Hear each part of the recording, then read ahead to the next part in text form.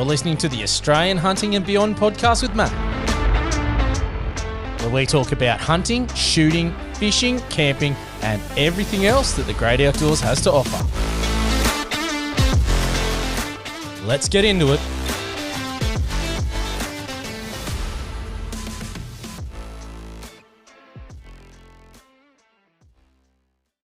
All right. I have been talking about how bloody excited I am for the upcoming Raw and the Rut, and I was thinking what guests to get on, and I have come across a book which I absolutely loved called Secrets of the Red. So I reached out to the author, and he was kind enough to give up his time and join us tonight. So Paul Rattray, how are you? Welcome to the podcast. Yeah, I'm very well, thanks. And thanks so much, Matt, for inviting me and giving me an opportunity to speak with you. Mate, look, firstly, I just want to say I loved your book. It was a fantastic read. I haven't got to the second one yet. I will be honest. I've got both of them. I bought both of them, but I haven't got to the second. Bit hard sometimes. I've got like 18-month twins and a 3.5-year-old. So I don't have as much time as I'd like and with the podcast as well, but it is definitely on the cards. I thought coming into the Raw, who better? Because you've got a heap of experience, obviously wrote a book on it, and you have one of the most interesting backstories about how you got into hunting and how it all came about that I probably have heard. So, mate, can you give our audience just a bit of your backstory so they know what I'm talking about and why I think it's awesome? Yeah, sure. I grew up on the island of Borneo amongst Dayak people, formerly known as the headhunters of Borneo. In most cases, they're no longer headhunters, apart from a few little flare-ups here and there. But they're also master hunters. And so one of the really, I think, formative parts of my life was growing up in a culture where older men invested in younger men. They took the time to tell stories, take me out into the bush, show me how to do things, and then say, hey, you go and try it. That's pretty cool. I don't think there's too many people out there that have got the opportunity to grow up like that. So that's like just a one-of-a-kind thing. So that must have been just in itself. Did you know that at the time, that how like lucky you were to be sort of involved in this situation? As a young kid, that they were the sort of people that I wanted to emulate. And so you don't really think too much, I guess, about the reasons why you want to emulate people, except that, I wanted to hunt like them. I wanted to have the bush lore that they had, that knowledge of, where do you get water? What sort of behavior are you observing? Can you smell a certain smell? I'd often not be able to smell the smell. And then they would show me, just listen, smell, look. And then you'd be like, okay, I get it. I'm starting to get it. And so for me, it was really looking back later on when I was a young adult and thinking, these life skills that have been taught to me as hunting skills are so valuable that if I could share them with others, then that would be, for me, perhaps the greatest legacy that I could leave for the next generation. Not just, my own children. I have 6, and a couple of them are interested in hunting, but potentially others. Lots of guys would come to me and ask questions. I would take some of them out bush. I would mentor them, not just in hunting skills, but, in life skills. And so for me, because those older guys were willing to spend so much time with me, a dumb white kid, that for me, I really appreciated that. And so for me, it's very much about giving back, I think. Look, That resonates with me very much so, being a teacher. I'm a high school PE teacher and I love what I do. And I think there's nothing better. And it's something I've spoken to my wife a lot and different people, because a lot of people I talk to about their jobs, it's not as rewarding as what I come across. They might earn a bit more money or they might do that, but there is nothing better for me. And I teach a lot of HSC classes, which is our year 12 here, getting them pretty much as they leave school. And there's nothing better seeing those kids work really hard with us for 2 years and get just amazing results. And it's just so pleasing that you've helped them along the way. And some of them have become like people that I chat regularly to. And, they come back years after thing to come and just see us and tell us how their life is going in their journey, and how much of an impact that I had on them teaching. And there's nothing greater than that. No money can give that. So I completely get why you wanted to do that with the book. And I'll tell you what, it's worked, because obviously it's impacted me enough to say, hey, I really want to have this conversation and get you on here, because it was something that I just went, this is cool. I want to hear more about this.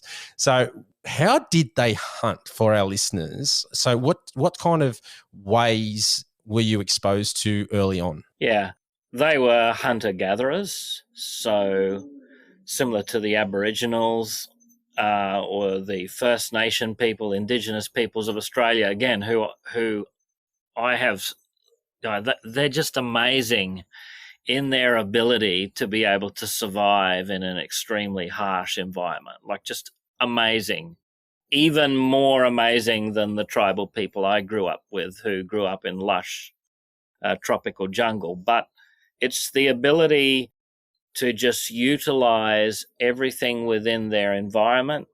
They know what you can eat, what you can't eat, but also just their ability to be able to connect with nature. I think to me that was one of the most powerful things. And so in growing up, they used a variety of techniques, snares, dogs, spears, black powder muzzleloaders. Later on, we graduated to rifles and, of course, blowguns, poisoned dart blowguns, which is the traditional way that they used to hunt. So I've seen all of those in use, but perhaps the sort of the key hunting skills, which I talk a little bit about in the book, is just the awareness that they have to be able to sense things that most people miss completely. That's one that always gets me, is that I love going bush. And I live in Sydney, in the city. So it is, when I get out there, it is such a different environment. And I find it does take me a little bit of time to really immerse myself into it and try and get into that headspace, I guess if that makes sense. And I do think I'm a Gamilaroi man, and that's my heritage on one side. And yeah, I'm with you. 65,000 years surviving in a really tough climate. Hats off, because I don't know how they did it. And thank God they weren't relying on me, because I'm not that great a hunter. So I probably would have been dead very early on. But it's absolutely amazing to see some of the traditional ways in action, and just how finely tuned they are to their surroundings. To say it's impressive is probably a real big understatement. Yeah, it is. I think we say it's impressive perhaps because we don't appreciate the extent to which that local knowledge, that understanding, it's often intuitive, and I think partly that's why perhaps it's underappreciated, especially in the West, is because it's the sort of knowledge that is not easy to articulate, but they just know it. And so I've learned over the years, even here in Australia, there's a lot of old bushies, and I even had an old mentor called Rex, who I mention in the book. They couldn't always tell me why. They just said, that's just the way it is, mate. But you learn to acclimatize yourself. And the point that you make, when we're not in that environment all the time, it's so important when we go into these environments, if there are people who are in these places where we hunt, you call it local knowledge, local intelligence, they are much more intuitive. Whereas if we're in the city and like my job is similar to yours, I develop and train and work with people in projects around the world. You've got to get back into that headspace. The people who live on the land, who are doing this every day, you kind of have to prompt them because they are in that headspace all the time.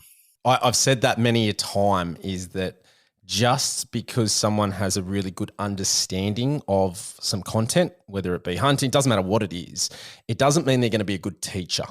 And it's the ability of someone to be able to make sure that it is delivered to the student, just call them the student, doesn't matter what age they are. And they need to be understanding that, like whether you're assessing them formatively or summatively at the end, but being able to make sure that what you are teaching is getting through to them and being able to deliver it to them in a way that they understand as well, because everyone's different. There's quite a few different learning styles and everybody learns differently. I, for one, I do things, I've got to be hands-on. I'm a kinesthetic learner. That's me, and I know that, and that's my strength when it comes to learning.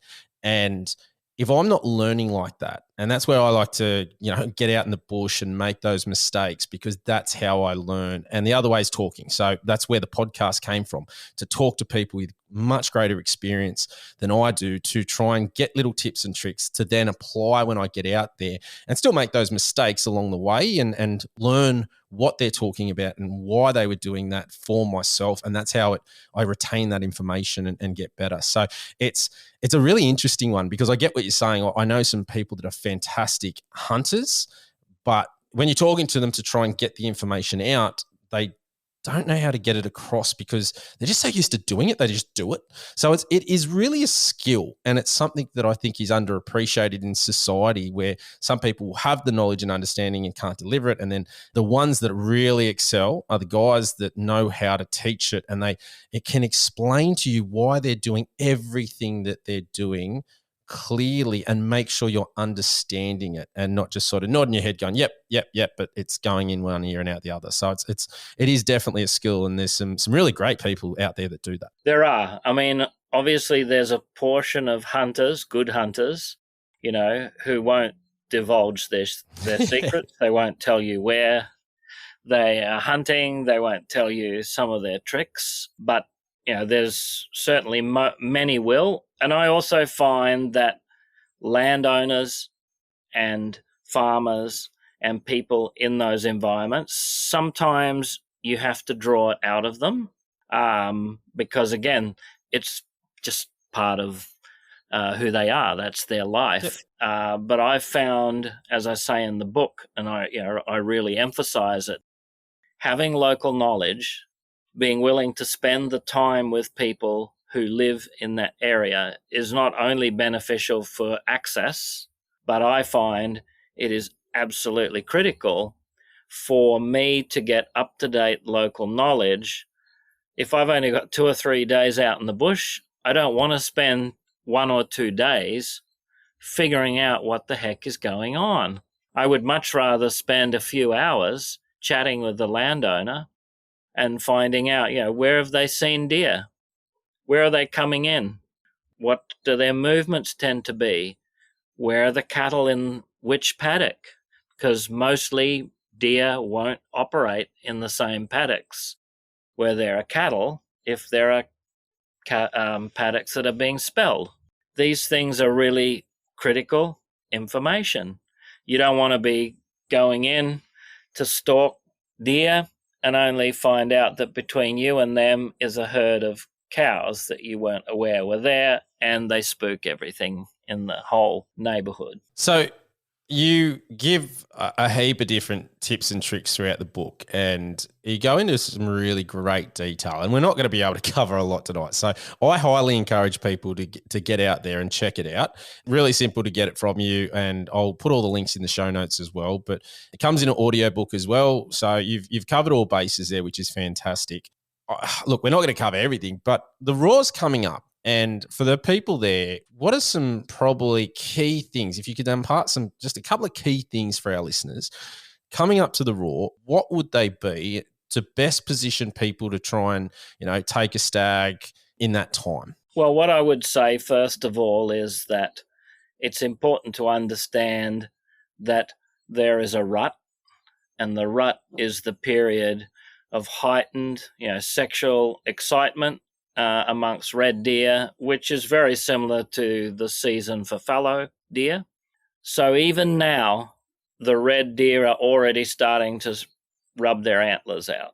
So they're in velvet and they're rubbing their antlers out. Some will have rubbed out, some will be halfway through, some will be just starting. So it's important to understand that there's a pre-rut period.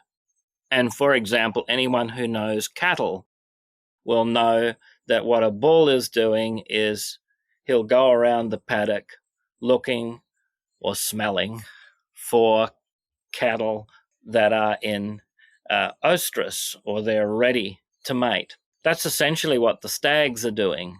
And so even, not quite yet, but in the next few weeks, they will start to be patrolling areas where they know there are females, sniffing the air, rubbing their antlers, trying to work out around about when they're going to be ready to mate. It's a very complex, some factors that go in, weather, moon phases, or lunar cycles, but we can be pretty confident that within the next month or so, in most places, they're going to start roaring. And so it's important to recognize that the pre-rut is actually quite an important time for those who are able to get out bush, have a look around, because you'll find that the closer that you get to the rut, you'll then start to see stags. They'll start to position themselves. If it's hilly country, they'll start to position them around the tops of knobs where they can get a good vantage point. And if it's flatter country, they'll tend to get to the top of like a gully or a creek system. And so the whole idea is they're looking out to see if they can see where other stags are, and they will often rub their antlers on trees to expose the inner bark, which is a different color. And it will almost always be focusing outward, where they know that other stags will be able to see that and think, oh, okay, there's a stag up there. And so if you glass around these areas very, very carefully and watchfully, you'll often find that there will be trees that are rubbed with their outer bark rubbed off. And that's a very strong indicator when they rub the outer bark of the tree off like that they're preparing for the roar. So that's the pre-rut and then the rutting period. So that when they're rutting doesn't mean they're roaring the whole time. They will have already positioned themselves. They'll often have even started to push the hinds or the females. They'll already start to herd them as well, even before they start roaring. So I've never heard one roar, and that's the goal this this upcoming roar is to hear one. I've seen it on YouTube. It just looks so amazing, and I got hooked last year. I'm fairly new into my deer hunting career, and I got hooked with the fallow croaking last year and had a couple of real cool experiences, which I've talked about before. So I hear that, but I just think the roar is going to be so much better. So I'm really, really keen to get out there, and that's the big one for me is trying to hear one roar. If I tell you one, that'd be amazing, but I'm not holding my hopes there because I've only got one deer, and I'm always pretty honest about that, and that's cool. But just hearing them, it's just such a great sound. So I'm dying to hear it. It's so amazing. Hopefully that will come off. It's amazing. Like it'll make the hair on the back of your neck stand up. It's just. The sound goes through you, and they are so good at throwing their voice so that it sounds like it's coming from over here when it's really in another direction. And so it's just incredible, especially if you can hear a few going at it. They'll often get up in the hills And then, there's a couple of places I hunt. You might hear half a dozen or more stags Yeah, wow. bellowing back and forth at each other across the valley. And it's That's just, cool. you just sit there and you get goosebumps. Oh, what an experience. It's, just hearing about stuff like that just gets me so pumped up and excited to be able to hear that. And that's the goal for this year from the red side of it. So you touched on that there. Do they get up high, and that's where they tend to be, to obviously look over their hinds to sort of keep a view of what's going on? And is that what they're doing? Yeah. So if they possibly can, and in most cases, there's very little country with large numbers of wild, as in free, red deer that is not in hilly country. Very unusual. They will come down to cultivation at certain times of the year.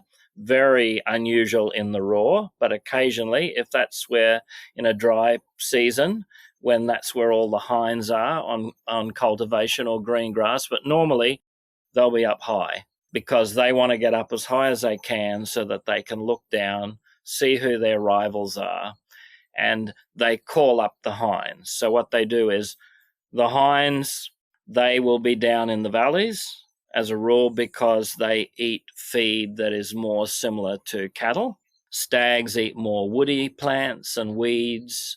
They tend to stay up in the hills more.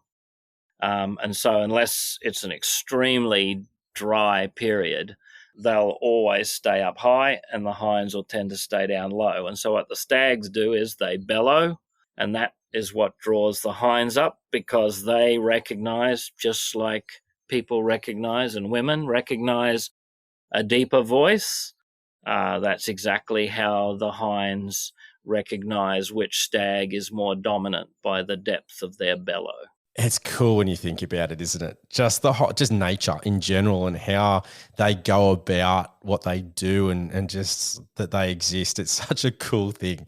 It's hard to explain to people, and I do struggle with that. And it's one I look, I think I do a relatively good job, but I still don't think I can ever really emphasize how much I love these animals. For someone that goes, but you shoot them. And it's like, yeah, but they are amazing. You don't understand that I have so much respect for these things. And just because I shoot one is not because I hate them. It's not a malice or an anger thing. It's simply because I want to, take part in conservation, that I want to use the meat. And that's the goal. That's why I'm chasing them and doing what I do. And it's hard for some people to understand that. And look, I get that coming from the Western world, and it's really easy to duck to the supermarket and grab that meat. So I get where they're coming from, but it's hard to describe. But everyone I talk to that's a hunter, well, most people that I talk to that are hunters, geez, they love them, and they spend a lot of time and money and effort to chase them and to do things.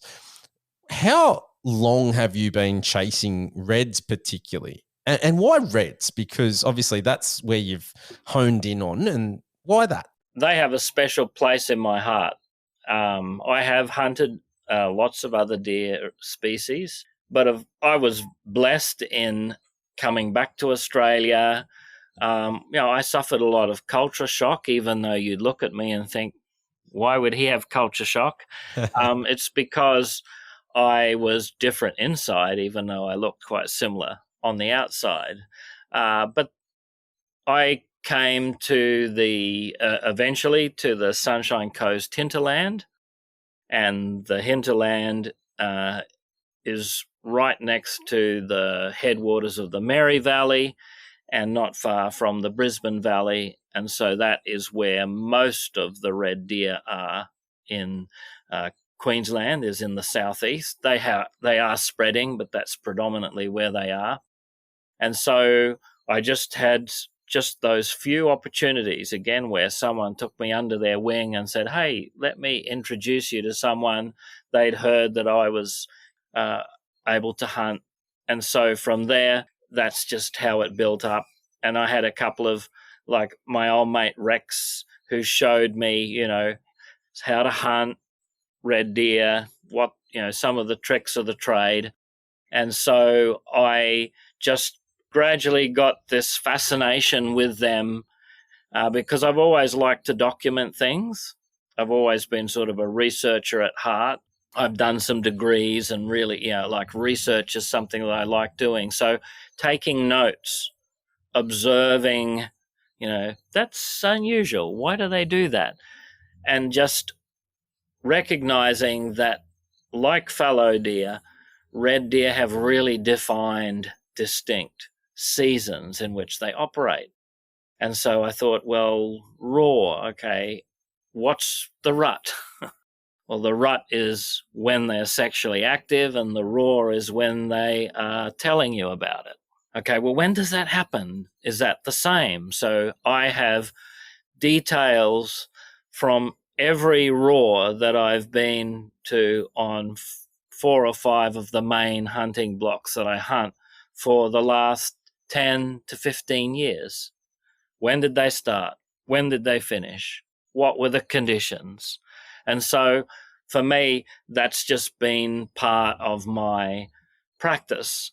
And so because of that, I could answer questions when people asked me, when are the deer moving through here? Well, they will be moving through here during the winter because the stags will be after weeds, and it'll be up on these areas. And then when it's in the calving season, the hinds will be down in these valleys because they're close to farmhouses, because they're safer from dingoes than they are out exposed in the open.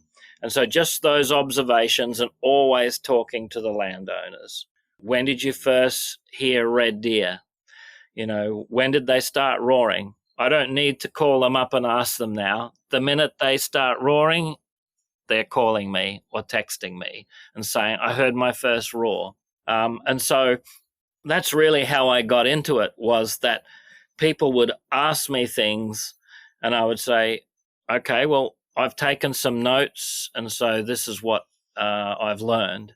Obviously, I had that background, which made me quite a good hunter anyway, in terms of tracking, being able to see entry, exit points, all those sorts of things, and learning those behaviors, and then just sharing them with others. And like you said, not everyone is happy to share their local knowledge and intelligence. I don't look at things like that. I'm like you. I'm happy to share everything that I know if I can, if you're willing to spend the time with me.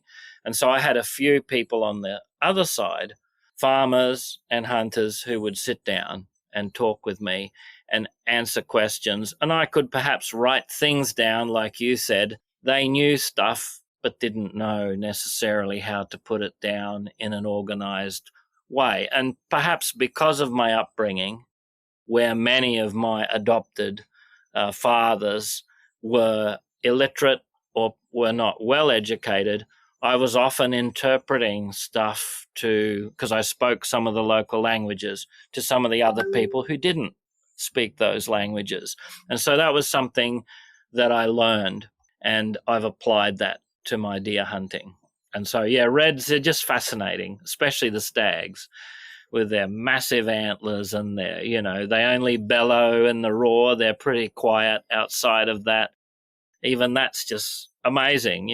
They just don't roar at any other time of year. There's a few exceptions, but it's just, to me, it was fascinating. And I couldn't find the information that I needed from, I could find plenty of research because they're a relatively, ancient species in terms of their interaction with humans, lots of research, a lot of technical information, especially from farmed animals. But I just wanted more of the practical aspect of, how can I learn to hunt these things really well? And I think that comes across in the book, and that's what I noticed. And it's something that I'm definitely going to be going over it again before we get into it. And it's probably a good time to say to our listeners, today is actually the 1st of February. So when we're talking about sort of timeframes, just so you have a bit of a timestamp on the podcast, because I'll try and get this one out very quickly because, of the time sensitive nature for the raw. But it's exciting to be able to put the puzzle pieces together. And that's one of the things I was taking from the book, is that you could see that you love the research side of it and the gathering of the information, and being able to connect those dots or fill the little puzzle pieces in to give you that understanding. And that is something that I've been trying to apply. Of going, okay, well, when did I hear those croaks last year from the fallow? Because I know they only did it on my last day and a half of hunting. So that was that date. So this year I'm planning on going back roughly around the same time, earlier, because we were at the back end, and seeing if it's the same. I wish I would have had your book earlier, because I didn't think about what was the weather doing, what had the temperature done. I didn't do that. And obviously I don't know, I probably could go on the internet and actually find it. I haven't thought about that just yet. But that's one of the things that I really took away from the book, is being a bit more understanding of more of the things that are going on, not just what are the deer doing, because that is important, obviously, but it's also all these other things that might be influencing their behavior. And that's important to know too. And that's probably more important for somebody like myself, because I live in Sydney. So my hunting areas, I love the snowy mountains, but they're, a good 3.5 hours away. So I need to know that stuff to try and pick the times to get down there, because I'm not down there. I do have a couple of mates down there. I think I'll be speaking to them to say, hey, when are you hearing stuff? And I think that's a great idea to have a bit more of an understanding, and that will be very helpful in that. So I'll be leaning on some of the locals down there that I'm mates with. Obviously, how do you approach the next couple of weeks? So it's getting close. They're rubbing out, as you said, they're in velvet, or possibly, starting to rub that off anyway. How do you approach the next couple of weeks? Is it you're looking where the hinds are, or you're more looking for those trees because there's hopefully a big fella in the area? How do you go about the next couple of weeks in the lead up? Well, there's a few things.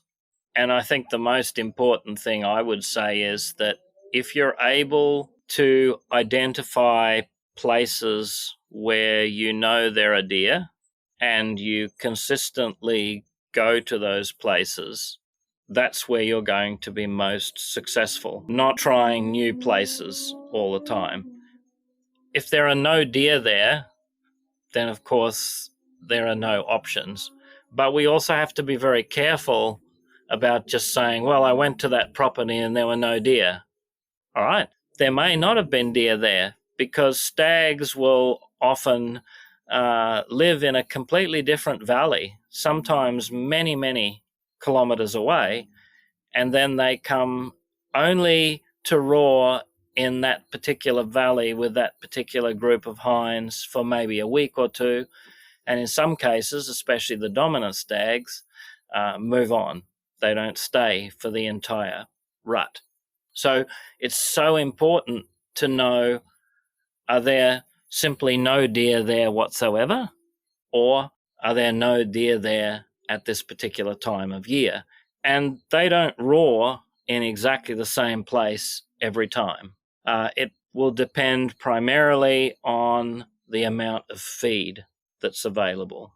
So in my case, even though I haven't been able to get out too much, I'm talking to the landowners almost every week. Where have you seen the deer? Where are the hinds? Because it's the females that they will tend to see. Well, the hinds are consistently in this part of their farm. I know from long periods and years of observation, okay, that's because of feed. Where have you seen the stags? Haven't seen any stags. Okay, that doesn't make me lose heart. It just means that they must be up high, because they're just not seeing them lower down.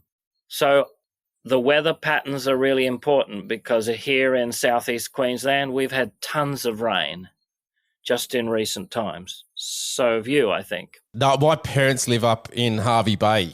Okay. So I just went up there for Christmas, and I was hoping to get some fishing in and the like. And oh my God, there wasn't a day that it did not rain, and the humidity was just horrid. Oh, I know. And I've never seen it like that. It was insane. Yeah. Like it was such unusual this year, the humidity, but what it does is your grass growth is just going to be phenomenal.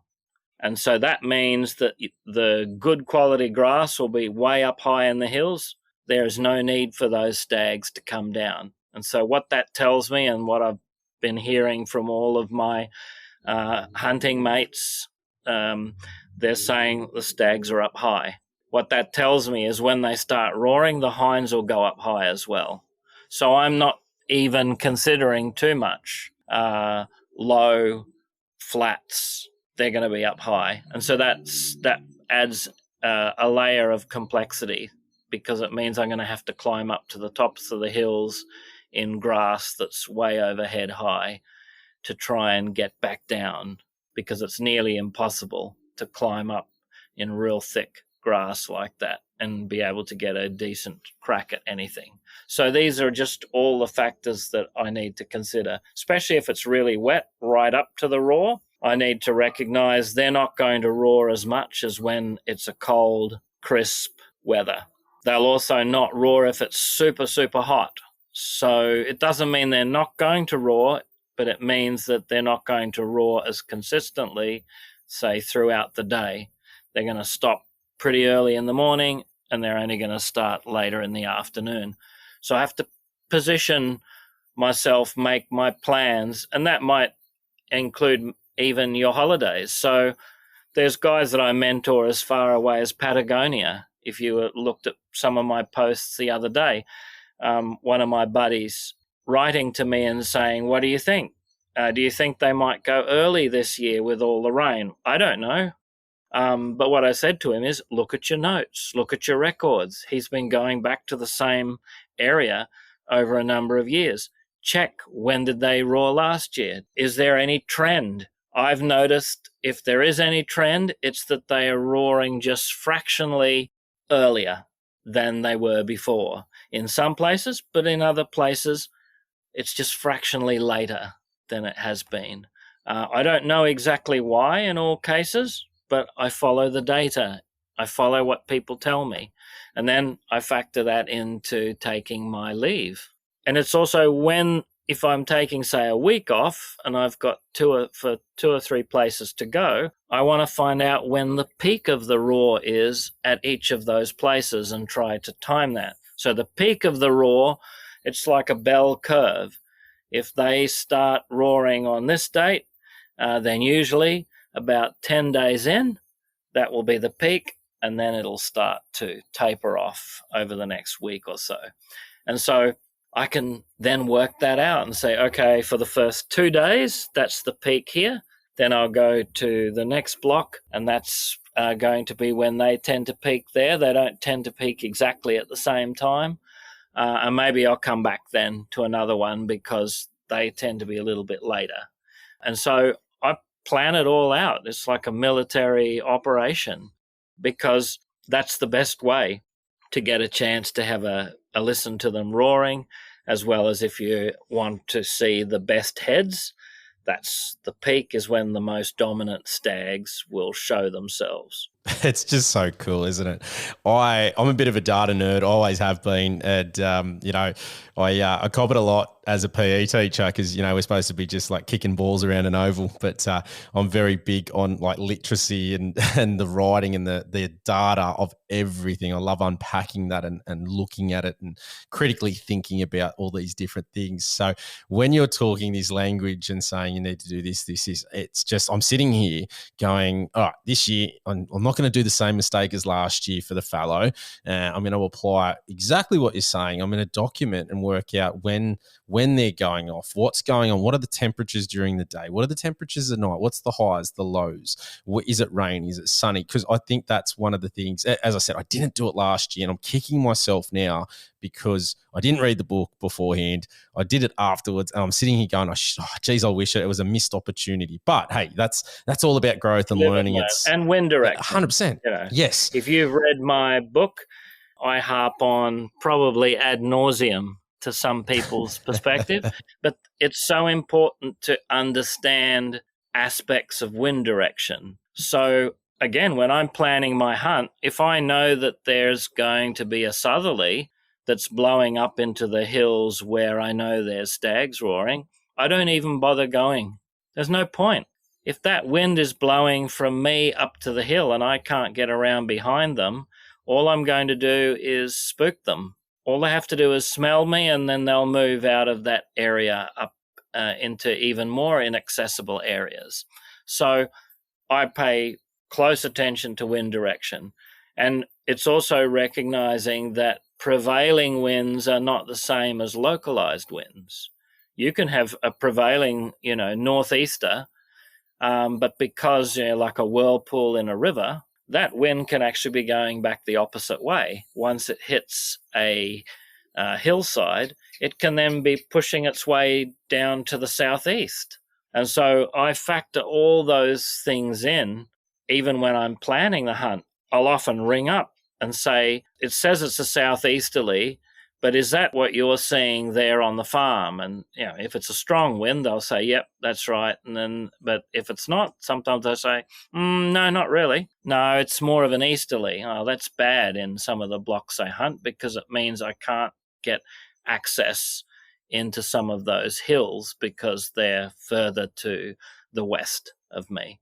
And so it's factoring all of those things in, and wind direction is absolutely critical, because the big stags will always surround themselves with hinds, and they might be careless, but the hinds, the females, are not. They are constantly hyper aware. They're looking for other stags because they are familiar with that stag, so they're looking for the rivals. They'll bark if they hear a rival, and they're looking for hunters. And so it's absolutely critical that we understand wind direction, and we understand how to use wind direction, and perhaps most importantly, not to push. Wait for the wind to die down. You learn things that in the mornings, the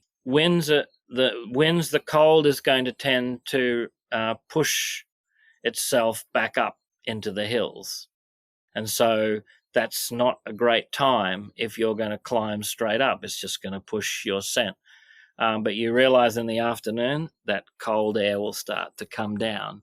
So oftentimes it's better to wait until the afternoon. These things, this sort of patience is off, it's that 1%. Those 1% things, as a data nerd, you understand that it's those little 1% things that you encourage the kids in their physical education and development. It's not the big things. It's those little things that they incrementally come together. It's just being aware, not pushing into country. There's one block we used to hunt in the Mary Valley.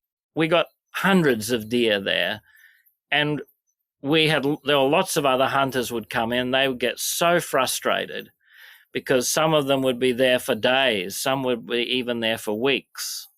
And we would come in for 2 or 3 hours in the afternoon or 2 or 3 hours in the morning, shoot 2 or 3 deer and be gone again. Why?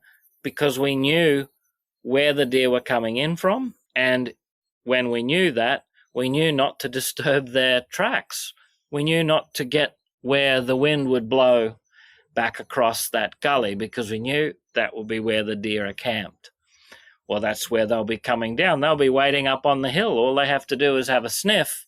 And if they can smell that there are people there, or they can hear that there are vehicles driving around that they don't recognize, they know the difference between the cocky's old Land Cruiser that goes up and down the road every couple of times a day to something else that they've never heard before. They know the difference between, there's a vehicle parked down in that creek. We've never seen that vehicle parked in there before, or we know what that means.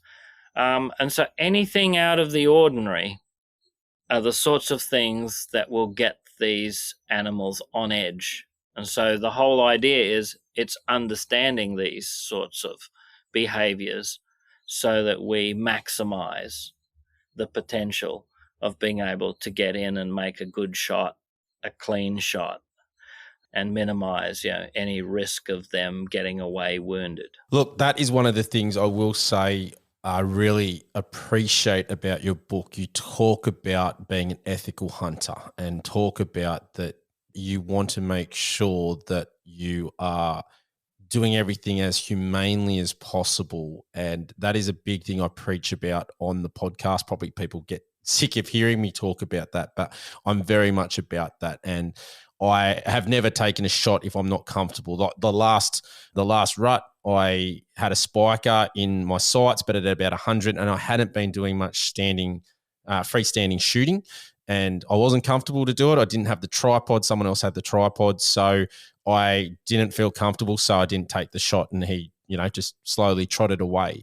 At that stage, I hadn't even got my first deer yet, but I'm still very big on that and saying to people, do what you're comfortable doing. Don't do something that's going to injure or maim or harm. So know your limits and only push it to what you're comfortable to do, because it is another living creature and you've got to have respect for that animal. So I really appreciated in your book when you were talking about those things consistently and being an ethical, law-abiding hunter, because it is something I think we need that from hunters. We need that so that our lifestyle, our culture, our sport, whatever you want to call it, is going to be sustained and have a longevity to it for future generations. So I thank you for that in that book. When is your favorite time to hunt them? Is it more in the morning, in the afternoon? Do you have a particular preference? It depends more on the country. I mean, just personally, I prefer afternoon because you don't get wet and soggy, From June. But it's never stopped me. If that's it, it will all depend to some extent on weather. But it also depends on positioning. So, for example, what I've often found is that stags in particular, they do change their behavior a bit during the roar especially, but during the rut, they become a little bit more careless and a bit more silly. But as a rule, they don't like to expose themselves to direct sunlight.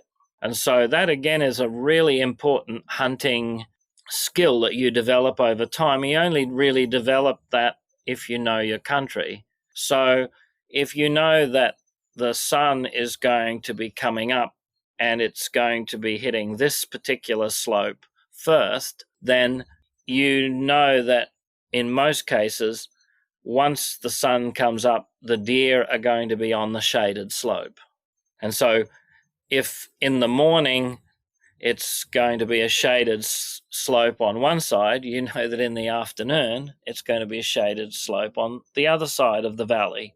And so that then allows you to work out, well, okay, in the morning I need to go here. I need to factor the sunlight in with the wind and the weather as well. And so that's perhaps one of the key things, is working out, morning or afternoon. As a rule, especially outside of the rut, stags are far more active in the afternoon, and the hinds or females seem to be much more active in the morning. They will operate both, but as a rule, unless it's during the rut, they don't tend to congregate together. So if there's hinds feeding here, stags will tend to feed somewhere else, even if it's in the same vicinity.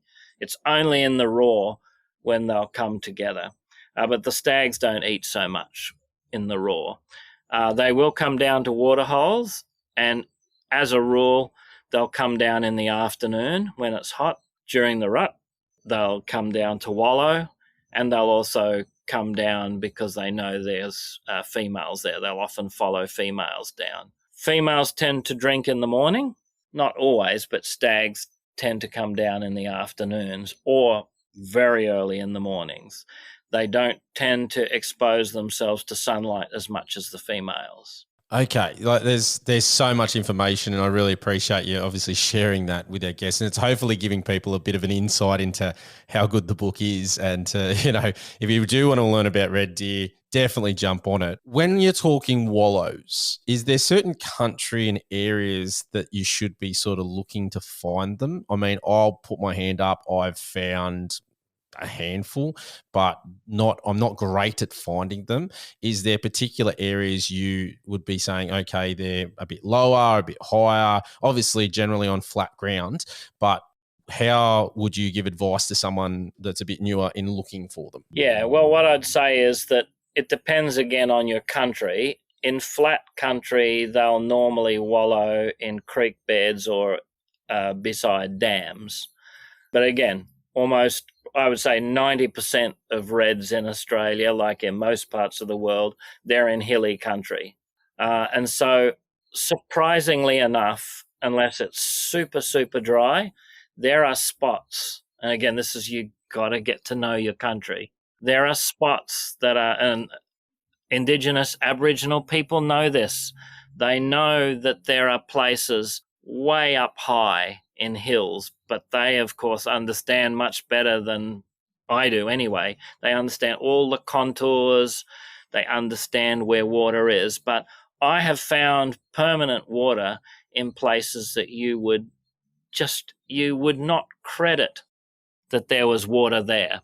And so if you know some of these places, you are almost guaranteed to be able to bump into, at the very least. You don't want to do that, but you know they're going to be coming in and having a drink. They don't tend to wallow in the places where they drink unless it's a relatively large body of water. And then it's also important to understand that, especially during the rut, basically anywhere where there's a little bit of water up in the hills, so, there's a little bit of rain, they'll be in there because they want to urinate in there. They want to get in there and get all their scent, stinking things they are. You can smell them a mile away during the rut. And you can often smell, like I said before, getting a sense of smell, knowing the difference. That's a stag, it's not a hind. And working those things out, you'll often find just wherever you get these little indentations in the ground, these little dips at the sort of halfway to 3/4 of the way up a hill, you'll often find there's a little wallow there, even there's just been a tiny bit of rain. Then the other thing to keep in mind is stags will also have what they call scrapes.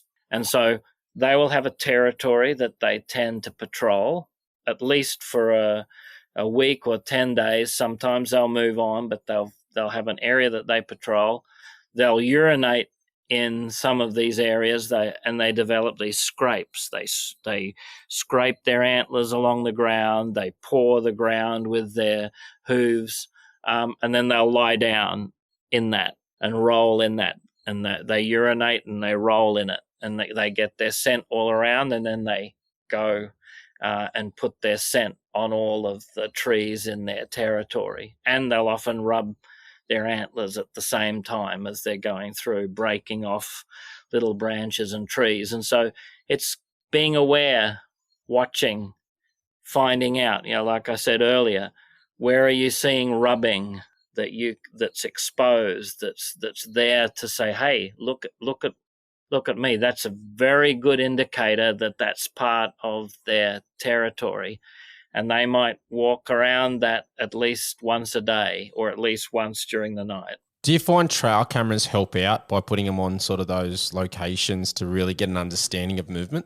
Yeah, I don't use them, but yeah, absolutely. They are really good if you're working out routines. The thing to keep in mind with big stags, in particular dominant stags, they didn't get big by being stupid. And I found the same, very similar with large wild boar as well. They won't come in to water or to wallow at the same time every day. They will come in at odd times. And also, even during the peak, maybe not the peak, but most of the raw, maybe the peak, they just can make some stupid mistakes. But normally they will let the hinds go in first, and the big ones will hang back and watch, just to make sure that there's nothing around that's a potential risk to them, and then they'll come down. They'll seldom be the ones to lead. They almost always allow the hinds to go first, and then they'll come down. And that's why often guys, when they're first starting out, they hear the roaring, they see the hinds, and they think, okay, all I've got to do is cut across here. And they expose themselves because the big stag hasn't come down yet. You got to wait. And sometimes you have to wait a fair while because he's not just going to follow them straight down. You'll often find there might be a couple of other stags, less dominant ones. They'll quickly take the opportunity, run down. But the big guy, he's just hung back. He's not threatened. He'll get his girls. They'll come back up. All he's got to do is roar once or twice and they'll come back up. But what he does is he's watching.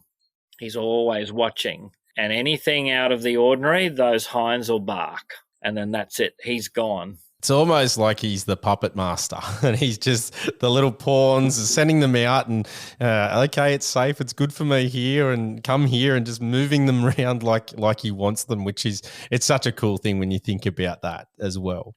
All right. Have you got a really cool story for us to wrap up the podcast? Because I know people love hearing stories and probably more for me. But have you got one that just sticks out in your mind, something to really get people excited for the roar? Oh, if it's for the roar, yes, I do.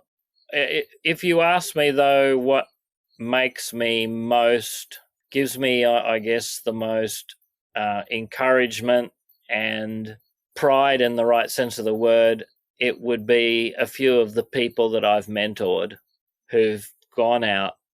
They may not. My favourite story is actually he didn't get a stag. He just got a hind. But he came from a German background family, I think of over 10 generations of hunter. 7, I think it was.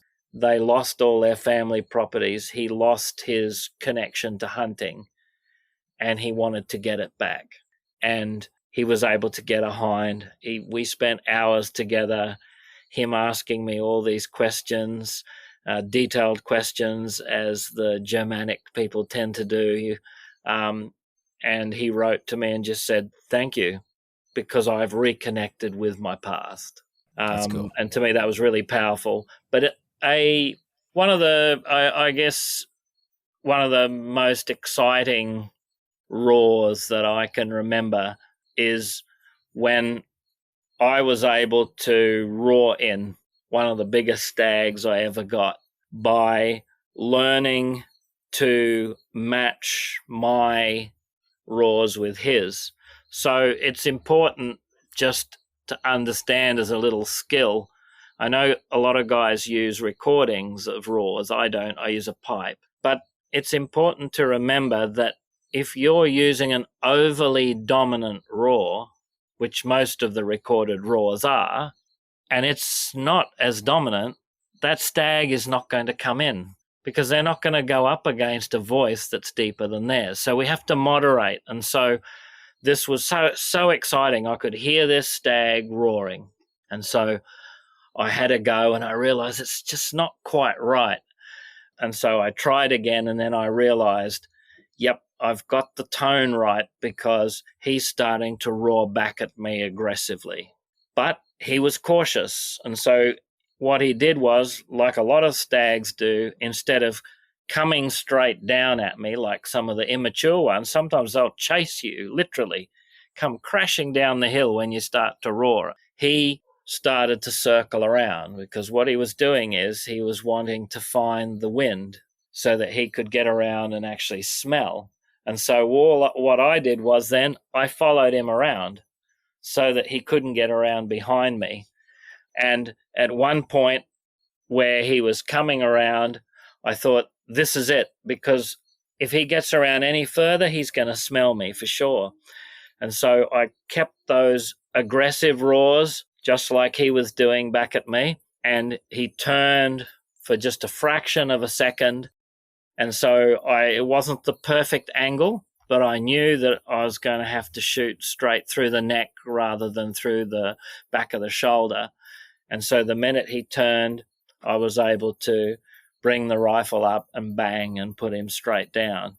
And so for me, that was just one of the most exciting roars that I've had, is because it all came together and I was able to use some of those skills that the kids often laugh at me.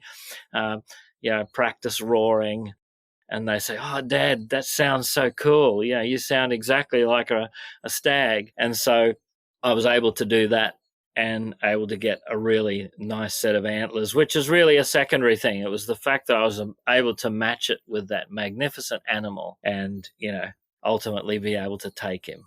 All right. What a way to end the podcast, and giving a bit of detail about just some of the things that are in the book. Obviously, we can't cover all that in the podcast, but I really encourage people, if you want to find out more and read the book, there is some gold in there.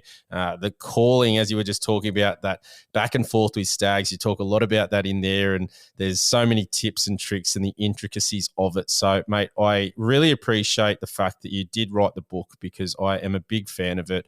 I'm definitely going to listen to it again. I'll listen to the audio podcast, and I'll probably read it as well, to be honest, especially coming up into this raw. Can you let people know, where they can find it and how much they are? And I'll also chuck it up on the podcast show notes as well, so people know. Yeah, sure. Well, look, thanks again, Matt, for giving me the time to share some of what I've learned and some of what is my passion, or my wife calls it obsession. Yeah. So what I would encourage people to do is the easiest way to get the book is to go to Secrets of the Reds. You can find that easily on Facebook. The reason I say that, there are a few other ways, but that's the easiest way. You can also join the conversation. Just like you reached out to me, I'm more than happy to spend time with people, more than happy to share some of the things I've learned, on one condition, that you're willing to share that with other people as well. And so one good thing about the page is that it's there so that we can share. I've got other mates who are on that page who are landowners. Some of them are professional hunters and guides. They're more than willing to share their information and their knowledge and give some tips and talk through a few things. So that's the best place to get the book. It's a digital book, which means that you download it. It's in EPUB, which means that you can read it on a mobile device or an iPad. It's also in PDF, which means that you can read it on a laptop or print it out. So that's $25 for all of those versions. And then, as you said, there's an audio book. That's my voice. I voiced it myself. And so you can also get that. And normally I sell that for $20. But if you want to get the package, I can do the whole package for $35. But that's only if you get both. And then you also have the other book. Is it Venison Diplomacy? Sorry, I haven't. Yeah, so I do. Yes, I have a couple of other books there as well. So it's I love alliteration. For those who have read some of my material, it's called Virtues of Venison. That's the one. I couldn't think of it off at the top of my head. I was sitting there going, what is it again? It's more specifically for people who really want to utilize the meat. And so there are techniques for cooking game meat, not just venison. There are a lot of techniques for cooking game meat that make game meat much more palatable than, I hear a lot of feedback from people saying, oh, game meat, I'd love to try it, but, it's got such a strong smell or such a strong taste. Well, of course it does. It's called game, and that's where we get the word gamey from. But actually there are techniques. And so I provide some of those techniques there. I share some of the best types of recipes, also the way to butcher. I do touch on it in the book, but this is more specialized, more specific, and with some photos as well to show you how things are done. So you can also get that through there as well. I love it. Pay it forward. It's a big thing that I try and do throughout my life too. So I think that's such a great idea. And anytime you can help somebody else get better and grow as a person, it's always a win. Paul, I really appreciate your time coming on the podcast. Thank you very much. And mate, absolutely love the book. And hopefully we'll be able to do this again soon. Best of luck with the upcoming Raw. I can't wait to see how you go. Oh, and you too. Yeah, thank you. Don't think I'll be as successful as you, but that's all good. Hey, got to try. So, all right, listeners, thanks very much for listening. Bye for now. If you have a topic, guest, question, or any gear that you want to hear about on the podcast, shoot us an email, australianhuntingandbeyond@gmail.com. Alternatively, find us on Facebook, Instagram, and Twitter. All the links are in the show notes. If you haven't already, make sure you give us a review and subscribe to our podcast on whatever platform you're listening on. Thanks for joining us, and we'll catch you next time.